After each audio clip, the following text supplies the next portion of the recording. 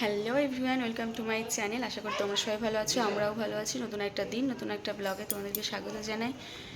তো চলো আজকে দিনটা স্টার্ট করি। আশা করি পুরো ব্লগটা দেখতে তোমাদের ভালো লাগবে। চলো দিনটাকে স্টার্ট করি। তো আমাদের ব্যাগ সব কিছু গোছানো প্রায় কমপ্লিট। মেয়ে এখনও ঘুমোচ্ছে। এখন বাজে সকাল 7টা। তো উঠে যেটুকু গোছানোর দরকার ছিল গুছিয়েছি। এবার ঘরটা পুরোটা পরিষ্কার করে যাব, কারণ বাড়ি এসে যদি দেখি নোংরা হয়ে পড়ে আছে, অগোছালো হয়ে আছে, তাহলে খুব অসহ্য লাগে। বাড়ি এসে এমনি হচ্ছে এত টায়ার্ড লাগে, মানে কোথাও থেকে বেরিয়ে এসে আর ভালো লাগে না। তাই জন্য সব কিছু গুছিয়ে টুছিয়ে যাব, ঘরটার মুছে একদম পরিষ্কার করে যাব, যাতে বাড়ি এসে আর অসুবিধা না হয়। তো ওই যে ওইদিকে আমার মেয়ে উঠে পড়েছে, তাকাচ্ছে। মেয়েকে নিচে দিয়ে এসেছি, এসে এই যে উপরে কাজগুলো সব করতে শুরু করেছি। তো বলছি না, পুরো পরিষ্কার না করে গেলে ভালো লাগে না বাড়ি এসে, খুব টায়ার্ড লাগে। তার উপর ঘর যদি অগোছালো থাকে তাহলে আরও টায়ার্ড লাগে মনে হয় যেন। তো জানি না জার্নিটা কীরকম হবে। তো কবে থেকে বলছি তোমাদের পুরী যাব, তো এই হচ্ছে আজকে পুরী যাওয়ার দিন। আমাদের ট্রেন হচ্ছে 3:20-তে। তো আমাদের একটু আগেই বেরোতে হবে। তো এখন সকালে মেয়েকে একটু তাড়াতাড়ি খাইয়ে দেবো, যাতে দুপুরে আরেকবার খাইয়ে ওকে মানে বেরোতে পারি, কারণ ট্রেনে মেনে তো খাওয়ানো যাবে না। তো এই যে ঘর দূর সব কিছু ঝাড় দেওয়া কমপ্লিট, মোটামুটি গুছিয়েছি। এবার নিচে ঝাড় দিতে দিতে যাচ্ছি, তারপর একেবারে মুছে নেব। তো মা বাবার ব্যাগও কমপ্লিট, গোছানো প্রায় কমপ্লিট হয়ে গেছে। আর আমরা যদি ওখানে রান্না করে খাবো, হোটেলের খাবার খাবো না, এই জন্য বাসন টাসন সব কিছুই নিতে হয়েছে। ওখানেও বাসন ভালো পাওয়া যায়, তবে কীরকম একটা লাগে, তাই জন্য মা নিয়েছে বাসন টাসন, তাই জন্য অনেকগুলোই ব্যাগ হয়েছে। একটু আগে করেই বেরোবো, সেগুলো টেনে নিয়ে যেতে হবে। আবার একটু তাড়াতাড়ি যেতে হবে, কারণ লোকাল ট্রেন তো কৃষ্ণনগর থেকে তো হচ্ছে শিয়ালদা পর্যন্ত। কীরকম কী ভিড় হবে না হবে বোঝা যাচ্ছে না। আর ভিড় হলে তো প্রচণ্ড কষ্ট হবে। আমার মেয়ের মানে মেয়েটারই সব থেকে বেশি কষ্ট হবে। তো দেখা যাক কী হয়, একটু তাড়াতাড়ি বেরোনোর চেষ্টা করব।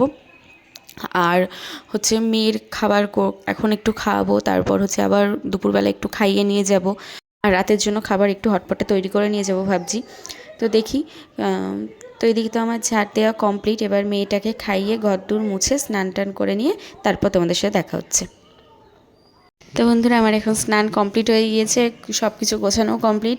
এখন মেয়েকে সকালে একবার খাইয়েছি, আর এখন খিচুড়ি বসিয়ে এসেছি নিচে। তো একটু গিয়ে খাওয়াবো। আর এখন বাজে 11টা। তো হুটোপাটা করেই করছি, ওদিকে বলছে যে তাড়াতাড়ি করতে হবে, কারণ যদি ট্রেনে ভিড় হয়ে যায়, ওই জন্য।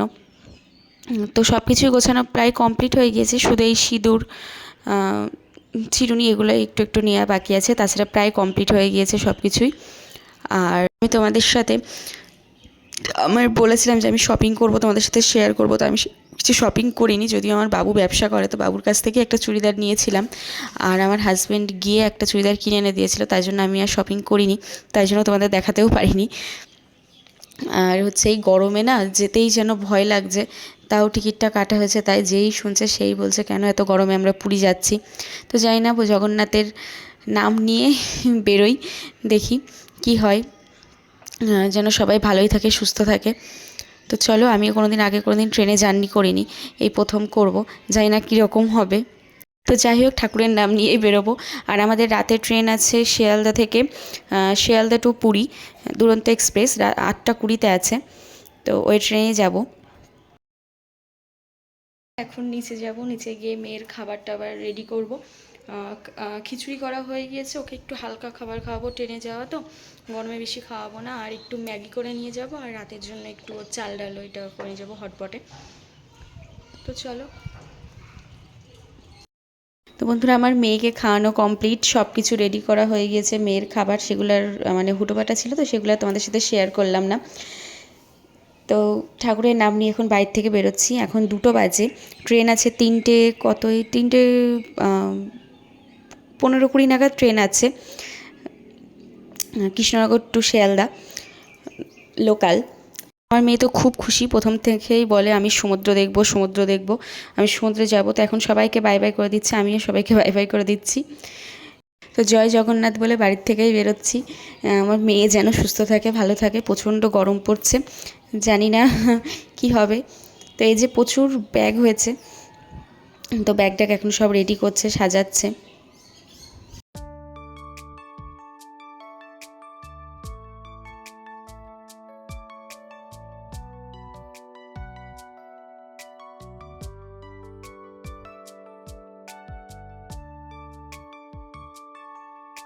জয় জগন্নাথ। জয় জগন্নাথ। এখন আমরা সুন্দর করে বিছানা পেতে নামাই দেবো, তখন আমরা সুন্দর করে ঘুমাবো। তো সেরকম শুনলাম না সুন্দর করে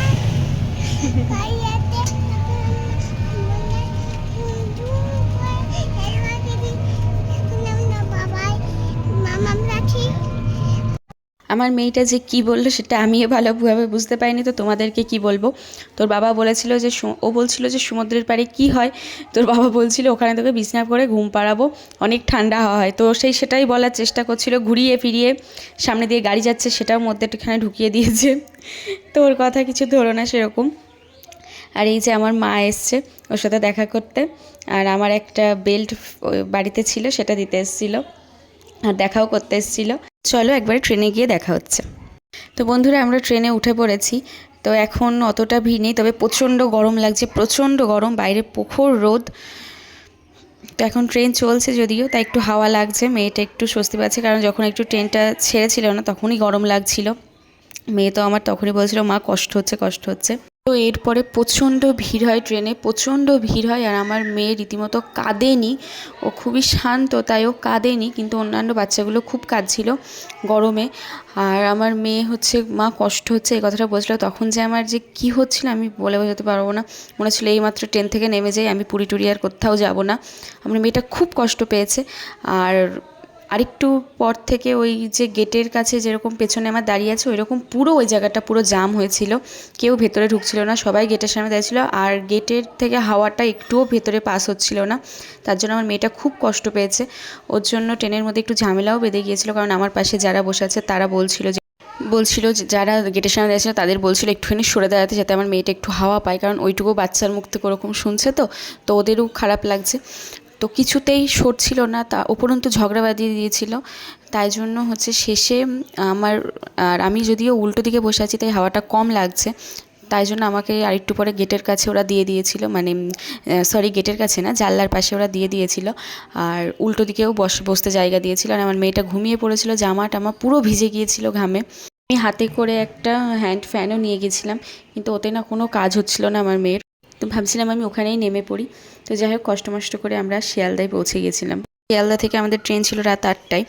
তো এই যে আমাদের ট্রেন চলেও এসেছিল, শিয়ালদা টু পুরী দুরন্ত এক্সপ্রেস। তো আমরা ওখানে গিয়ে একটু বসেছিলাম, আর বলেছিলাম আমাদের সাথে আমাদের দিদিভাই মানে ননদের সব ফ্যামিলি আছে, তো ওদের সাথে দেখা করে ওখানেই বসেছিলাম অনেকক্ষণ, তারপর আর ভিডিওটা করতে পারিনি। তারপর ট্রেনে ওঠার পর একবারে ভিডিও করছি।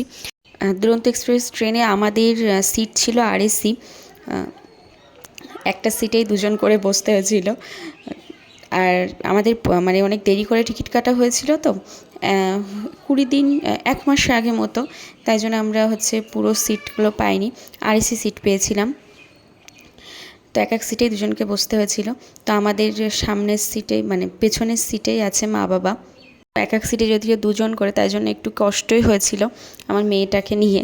আর মেয়েটাকে তো একা একা শোয়াতে পারতাম না, তো আমার জন্য ঠিকই ছিল, আমার আর মেয়ের কিন্তু ওর বাবাও, মানে আমি সারা রাত বসে বসে গিয়েছি, শুতে পারিনি, আর শুলেই না ট্রেনের মধ্যে মনে হচ্ছিল পড়ে যাব। তো হচ্ছে একটা সিট ফাঁকা ছিল, তো ওই সিটটাতে আমার শ্বশুরমশাইকে বলেছিলাম শুতে, কারণ মা বাবার শুতে এক জায়গায় খুব অসুবিধা হচ্ছিল। তো প্রথমে মা দেখেছিল, মা বলেছিল আমার হাজব্যান্ডকে শুতে, কিন্তু ও না মেয়ে পড়ে যাবে, আর আমার যদি একটু ঝিমকি চলে আসে, তাই জন্য ও আর শুতে যায়নি।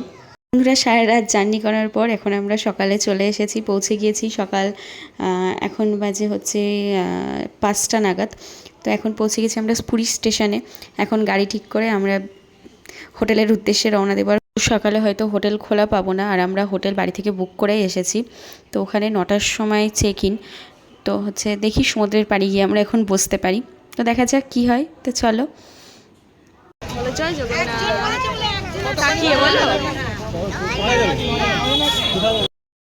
তো বন্ধুরা আমি তারা অটোতে উঠে পড়েছি, এইটা হচ্ছে জামাইবু, ওটা জামাইবুর মা, আমাদের মাই মা হয়।